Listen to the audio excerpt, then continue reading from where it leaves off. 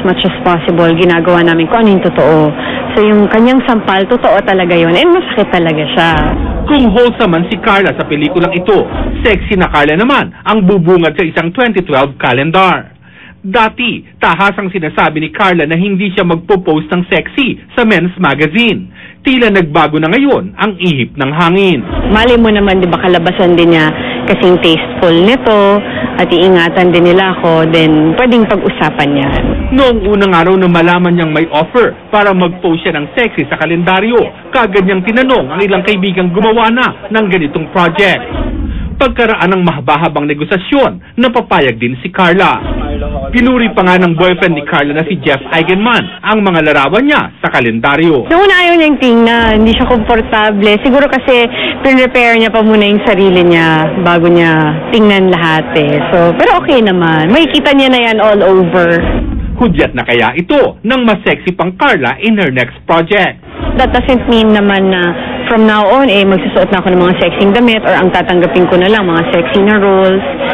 Hindi naman. Hindi po ito yung implication. Mars Santiago, updated sa Showbiz Happening. Up next, Gabby Concepcion may advice sa anak na si Casey matapos ang breakup nila ni Piolo Pascual. At half-sister ni Casey na si Gary may mensahe rin sa ate. Ang detalye niyan sa pagbabalik ng Chika Minute. Mga kapuso, nilunsad na po ngayong araw ang pinakabagong online site ng Kapuso Network. Yan po ang www.gmanetwork.com. Ito ang pinakaunang comprehensive media portal sa Pilipinas. Sa website na ito, makikita ang mga links sa iba pang website ng GMA, kabilang ang GMA News and Public Affairs, Entertainment, Film, maging ang website ng Artist Center, ng DCWB at ng Kapuso Foundation. Kumbaga, ito ay one-stop site. Meron ditong program guide para sa informasyon sa mga programa ng GMA at News TV. Makikita rin dito ang mga eksklusibong video o litrato ng mga paborito ninyong Kapuso program na hindi mapapanood sa telebisyon. Maaaliw din kayo sa live chat at mga nakakatawang clip sa tinatawag na fan episodes. Dito rin ninyo malalaman ang mga online promo ng Kapuso Network. Siyempre, may online forum para pag-usapan ng inyong mga kuro-kuro at saloobin. May social media directory rin para sa mga tagasunod ng Facebook at Twitter account ng mga bituin at programa ng Kapuso Network. Ano pa inihintay ninyo? Bisitahin na ang gmanetwork.com. Balita naman sa bansang Colombia, lubog sa baha ang ilang lugar doon dahil sa malakas sa pag-ulan. Isa na ang naitalang patay at 3 ang pinaghahanap matapos lumagasang putik sa bayan ng Barbosa. Inanod naman ang mga bahay sa probinsya ng Bolivar matapos masira ang bahagi ng pader sa tabing ilog. Mahigit 30 ang nawawala at patuloy na pinaghahanap. Ang bus naman na ito na may sakay pang mga pasahero tinangay ng baha sa bayan ng Barranquilla. Ayon sa otoridad, ito na ikalawang bagyo na tumama sa bansa ngayong tag-ulan doon at tinatayang nasa halos 74,000 pamilya na ang apektado. 300 photographer ang nagmarcha mula Fort Santiago hanggang Luneta kaninang umaga. Pinagdiriwang nila ang pansamantalang pagpapahinto ng patakaran ng National Parks Development Committee. Ito po yung pagbabayarin sila tuwing kumukuha ng mga litrato sa mga parke at tinatawag na mga historical sites o mga makasaysayang lugar. Nakatutok si Mark Salazar.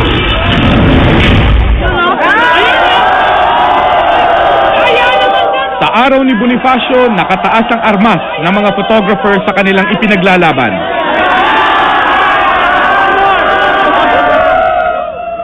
Ginigipit daw ang kanilang lente ng paniningil ng National Parks Development Committee o NPDC sa pagkuha ng litrato sa mga National Park at Historical Sites. Sila ang grupong Bawal Mag-Shoot Dito, Only in the Philippines o BMSP. Ang bumubuo po ng grupo na to ay mga karamihan, mga hobbyist, mga photojournalists nandito, street photographers nandito, at lahat ng mga sumusuporta sa BMSD Pilipinas.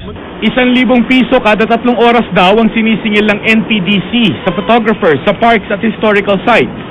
Pero nauna nang iginiit ng NPDC na naniningil lang sila kapag para sa commercial purposes o kaya for publishing ang photoshoot. Ang sinisingil nilang 2,000, napakabigat niyan, ano? Hindi naman ito mga commercial. Nakita nyo naman lahat, ang gaganda ng mga camera, no? Pero yan ay mga habyes lang. Sa totoo lang, pagdiriwang ang pagsasama-sama ng may 300 photographers na ito para magmarcha. Sa unang dialogo kasi ng BMSP at NPDC noong Sabado, napagkasunduan na wala mo ng singilan simula December 15 hanggang January 15. Ito'y habang nilalatag pa ang katanggap-tanggap na patakaran sa paglilitrato para sa magkabilang panig. Nag-photo walk sila mula National Press Club, papuntang Fort Santiago at Luneta. Huwag mo tayo kung litrato ng mga security guard. Huwag natin silang aasarin. Bawal po magtapo ng mga basura. Bawal po pumitas ng mga bulaklak. Ang punto lamang daw nila, mas malaki ang kikitain ng gobyerno sa mahihikayat nilang turista sa pitik ng kanilang mga lente kesa masisingil sa kanila ng National Parks Development Committee sa bawat kuha nila ng litrato. Ang panawagan ni Secretary Jimenez na ang mga vloggers, mga photographers ay dapat nang tumulong. Kami po ay nakahandang gawin yon, na tumulong para ipalaganap ang mga magagandang litrato sa buong Pilipinas, hindi lang sa Intramuros at saka sa Rizal Park. Mark Salazar, nakatutok, 24 oras. Si Mel Tiangco, ang inyong kapusong totoo. Serbisyong totoo o serbisyong sinod-anay. Abot kamay na ng mga Cebuano. Kamakailan po ating inilunsad ang GMA Kapuso Foundation Cebu Chapter sa hangaring higit na palawakin ang paghahatid ng ating mga programa at proyekto sa kapuso nating Cebuano. Sa maraming taong nagdaan, hindi na mabilang ang nadamayan nating mga kapuso sa Cebu sa pamamagitan ng mga proyekto ng GMA Kapuso Foundation. Tulad ng unang hakbang sa kinabukasan, ang pagsusulood ng mga school supplies para sa mga batang Cebuano. Ang Give a Gift Christmas Project at mga sundo sa mga pamilyang nangangailangan at ang paglulunsad ng mga medical missions. Para mas maramdaman ang ating paglingap, formal nang binuksan ang Cebu Chapter ng GMA Kapuso Foundation. Dinaluhan ito ng mga kinatawan mula sa iba't ibang ahensya ng gobyerno, mga business leaders, at mga mamahayag mula sa iba't ibang media organizations. To GMA Kapuso Foundation, we welcome your presence here in Cebu. It's a long-awaited dream come true today, and we commit, especially DSWD Field Office 7, we commit to support you. I'm very positive that Cebuanos would contribute their share to make the foundation project successful here in Cebu. Sa pagbubukas ng kauna-unahang regional office ng GMA Kapuso Foundation sa GMA Network Cebu, inaasahang magiging daan ito upang mas lalong maging bukas ang pagtulong ng mga Cebuano sa mga kababayan nilang nangangailangan. Actually, sa station natin lang, here in Cebu, marami kasing dumudulong. Marami nangangailangan ng tulong, diba? So, mas maganda pa rin na nandito na tayo kasi alam nila na we're more, mas abot kamay nila tayo. Hello, Cebuanos. I'm Devon, and I would like to encourage all of you individually to give back as much as you can in your heart. Sa Kapuso Foundation, we've done a lot in Manila at nandito na sa Cebu.